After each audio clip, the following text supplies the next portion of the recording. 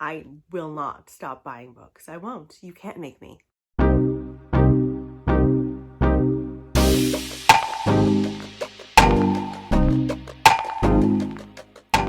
I've got 10 books that I think are going to creep me out. I have read 2 of them, I will say that, and I'm finally hauling them. But I want to share with you what I recently got. The first book I want to share with you is The Drowning Kind by Jennifer McMahon.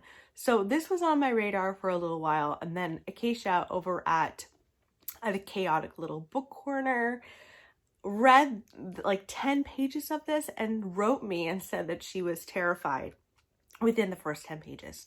So I bought it immediately. Jennifer McMahon wrote The Winter Pupil, which I also loved. This book is about a woman named Jax, and she receives 9 calls from her sister Lexi, who she's kind of on the outs with. Lexi has a history of mental illness. She doesn't seem to want to deal with her.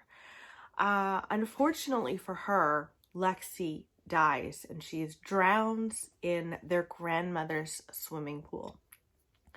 And several years before, someone else drowned in the swimming pool as well. And her sister was digging up the history and the mysterious history of this house and of their family. So what happened, and is this house cursed? What is going on? It sounds incredible. Let's read the first line together. July 18th, 2000. The dead have nothing to fear, Lexi said. I don't know if that's a 5-star first line to me, but it does sound good. The next book is The Woman Outside My Door by Rachel Ryan. I ended up getting this at Value Village, which was super lucky. And this is about an imaginary friend. We follow a woman who has like a 7-year-old son named Cody. He tells his mom about this imaginary friend that he met at the park, and he calls her New Granny. So it does turn out that our main character's own mother has died recently, and so she assumes that he's like making this up. It's like part of his grieving process of losing his grandmother. And then as the book goes on, it seems like maybe he's not making it up after all. That sounds like a lot of fun, and it is praised by Liz Nugent. And that's another thing to sell me on a book, is Liz Nugent liking it. So let's read the first line. Chapter 1, Dublin, Ireland, 2014. On that crisp January afternoon, the park lay silvery and deserted, coated in a thin layer of frost. Okay, that's not a 5-star first line to me. Next up, I've got a book that was kindly sent to me from Simon & Schuster, Canada. Now, this is coming out in June, so I apologize. You're going to have to wait, but it's June 1st. This is The Other Black Girl. It sounds so good. This has been getting a lot of buzz. And I mean, Emily St. John Mandel loved it. Yes. So this book follows a Black woman working in, is it the publishing industry? I could be wrong about that. She is working at an office in which she's pretty much the only Black person. And when another Black woman comes on board, she's super excited at first. She's eager to have someone who she can relate to a little bit more in this world of whiteness. And unfortunately for her, after this other woman starts, she starts receiving notes that's like, you have to leave this office, like get out. And it becomes really tense and really awkward. I don't know. It's meant to be a bit like The Devil Wears Prada meets Get Out, apparently, and that really sold me on this book, and they kindly sent this over to me. So let's read the first line. Prologue, December 1983, Grand Central Terminal, Midtown Manhattan. Stop fussing at it now. I don't think that's a 5-star first line. It's hard with thrillers, I find. Okay, this next book, you guys saw me buy recently. in a video where I did like a come shop with me. I'll link that in the description box below if you missed it. But I decided to pick up The Last House on Needless Street. Now this is only coming out in Canada and America, I think in September, but I went on Book Depository and found this, which is the UK edition. So this is a very strange story. We follow a murderer, we follow a stolen child, and we follow a man named Ted who lives with his daughter Lauren and his cat Olivia in an ordinary house at the end of an ordinary street. However, there is something that lies at the end of the street, which is a dark forest, and something lies buried in that dark forest. It sounds so weird. I have only heard good things about it. It's meant to be very mysterious. Stephen King has like raved about it. He said, I haven't read anything this exciting since Gone Girl. And of course, that made me want to read it all the more. So let's read the first line of The Last House on Needless Street.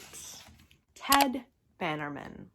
Today is the anniversary of Little Girl with Popsicle. What? What does that even mean? I don't even know what that means. So it can't be a 5-star first line, but I'm so intrigued by this book, I have to tell you. Next is another new release. This is The Lost Village by Camilla Sten.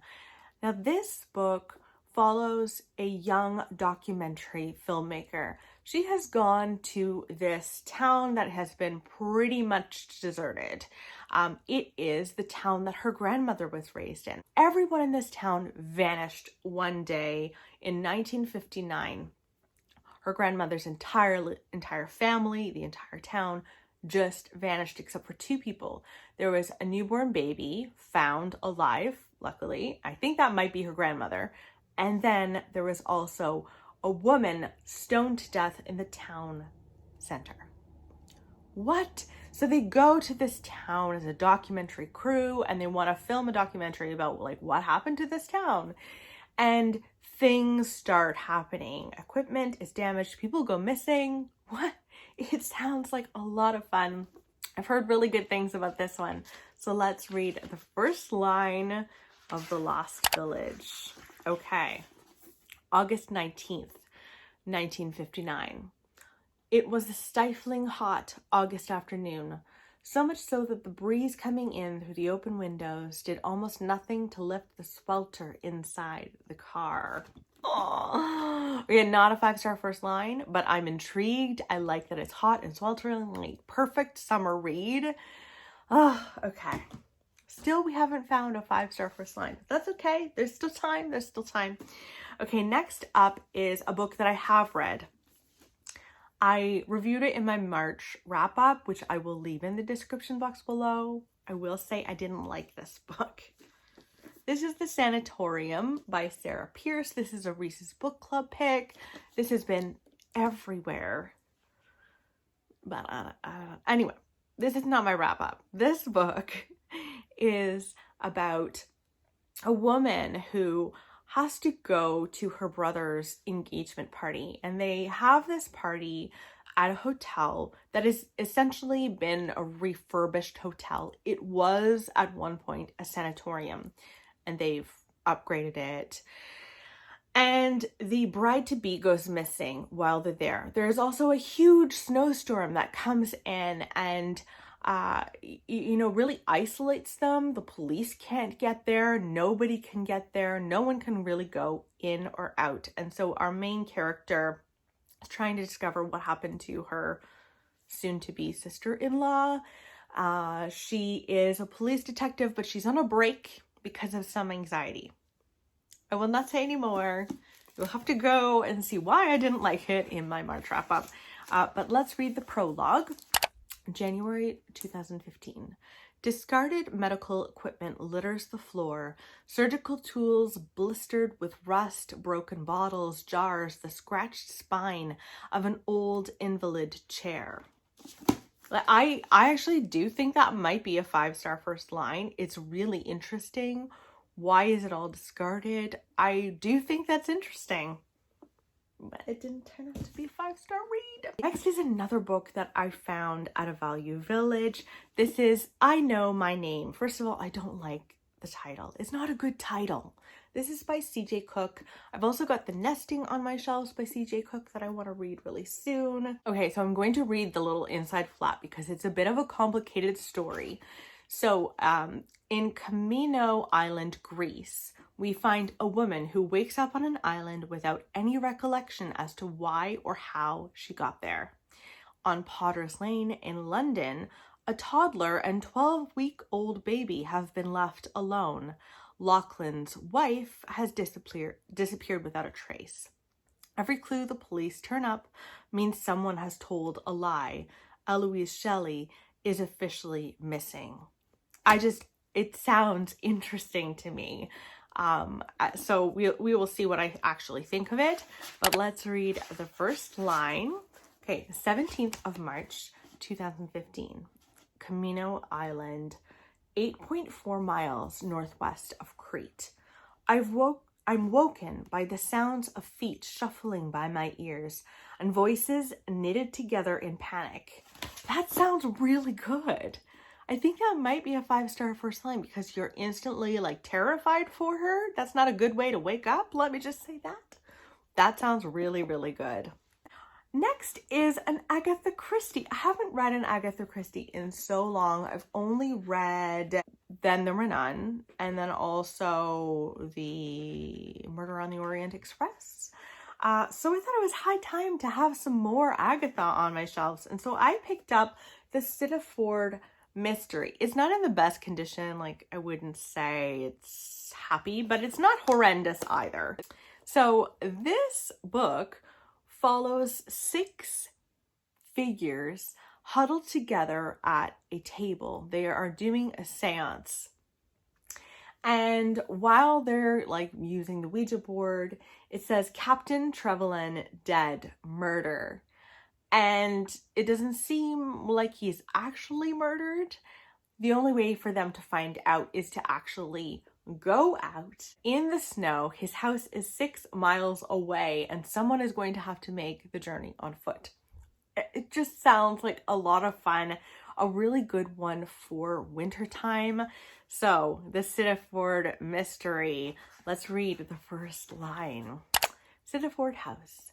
Major Burnaby drew on his gumboots, buttoned his overcoat collar round his neck, took from a shelf near the door a hurricane lantern, and cautiously opened the front door of his little bungalow and peered out.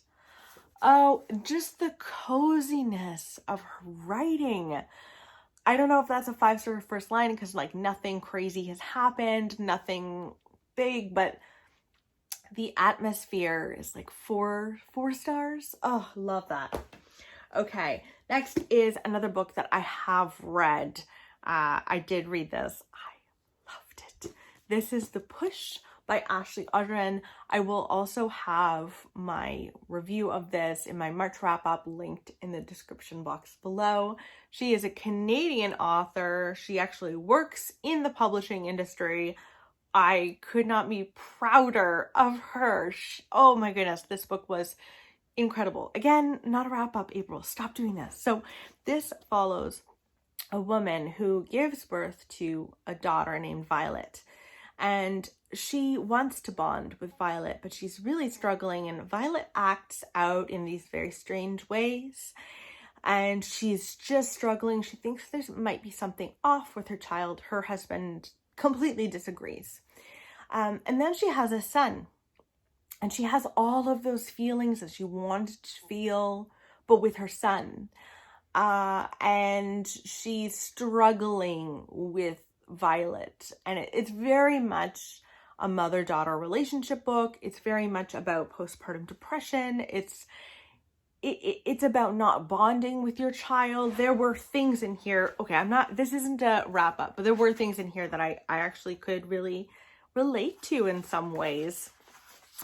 So let's read the first line of The Push.